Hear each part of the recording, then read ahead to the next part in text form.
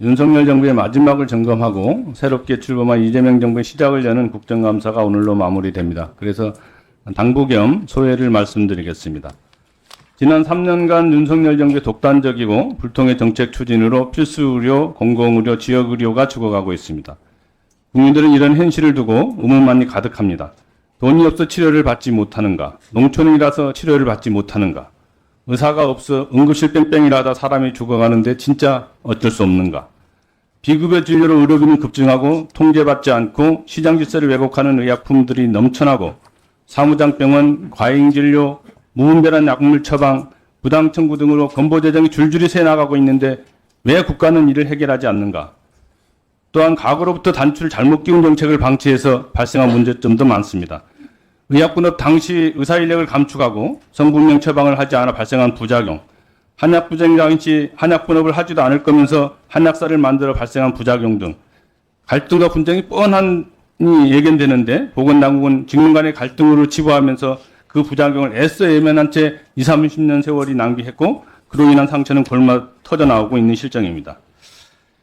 그리고 이제 윤석열 정부가 잘못 끼운 단추는 또 20, 30년 후 새로운 갈등이 될지도 모르겠습니다. 의료 대란 과정에서 태어난 간호법의 진료 지원 간호사 문제, 코로나19를 거치며 산업계의 이익을 대변하기 위해 등장한 비대면 진료 문제, 뿐만 아니라 의료 민영화나 보험사에 의한 보건의료 현장의 왜곡 등 시간이 지나서 정책 설계자들이 다 사라진 뒤에 미래 세대가 직면할 부작용이 무엇인지 우리는 가늠하기조차 어렵습니다.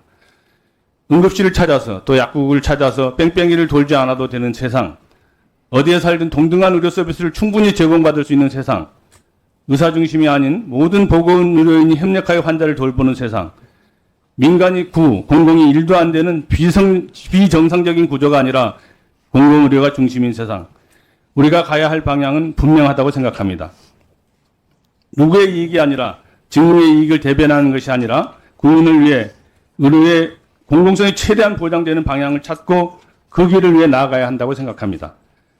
고사 직전인 지방의료원의 역량을 강화하고 공공의대 설립, 지역의사제 도입, 필수의료 종사인력 확보, 수급 불안정 의약품 확보, 의료 일원화, K의료의 글로벌 스탠다드 선도, 수평적이고 협력적인 보건의료 현장을 만들기 위한 보건의료 패러다임 전환 등 그 길을 가려면 험난하지만 반드시 넘어야 할 산과 건너야 할 늪이 많습니다.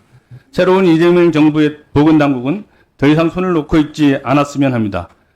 물론 처음부터 모든 것을 해결할 수는 없을 것이라고 생각합니다. 응급의료 전달체계 완비, 성분명 처방 도입, 공적 처방전 전달체계 구축, 무분별한 비급여 통제, 약사 한약사 문제 해결 등 지금부터 얽히고 설킨 실타래를 풀어가는 단초를 마련해야 한다고 생각합니다. 그렇게 생각하십니까? 네, 많은 문제가 누적되어 있어서 해결을 적극적으로 하는 게 필요하다고 생각합니다. 복지 문제도 보겠습니다. 윤석열 정부의 3년은 복지의 이름으로 복지를 축소한 시간이었다고 해도 과언이 아닙니다. 공공의 책임을 개인에게 떠넘기고 민간 시장이 복지를 위탁하며 복지를 비용으로만 본 정부의 시선 속에는 노인, 장애인, 아동, 청년, 돌봄 노동자 등 누구도 안심할 수 없는 사회가 되어버렸습니다. 복지는 보편의 영역이 되어야 합니다. 누가 더 가난한지를 따져서 선을 긋는 복지가 아니라 누구나 기본적인 사회 안전망 위에서 인간다운 삶을 누릴 수 있도록 해야 합니다. 기초생활보장제도의 사각지대 해소, 기초연금의 확대와 보편화, 장애인 활동 지원 서비스의 전국적 균등 보장, 아동 및 노인 돌봄의 공공책임 강화, 청년의 주거, 일자리, 정신건강을 포괄하는 통합복지체계 구축, 그리고 돌봄 노동자에 대한 정당한 처우와 노동권 보장은 그 출발점이 될 것입니다.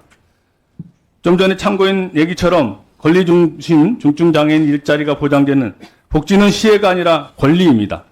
복지는 예산이 허락하는 범위 안에서 시혜적으로 나누는 자녀 정책이 아니라 국민의 기본적 삶을 보장하는 국가의 의무여야 합니다. 우리가 가야 할 길은 태어나서 죽을 때까지 국가가 함께 책임지는 복지국가의 실현입니다.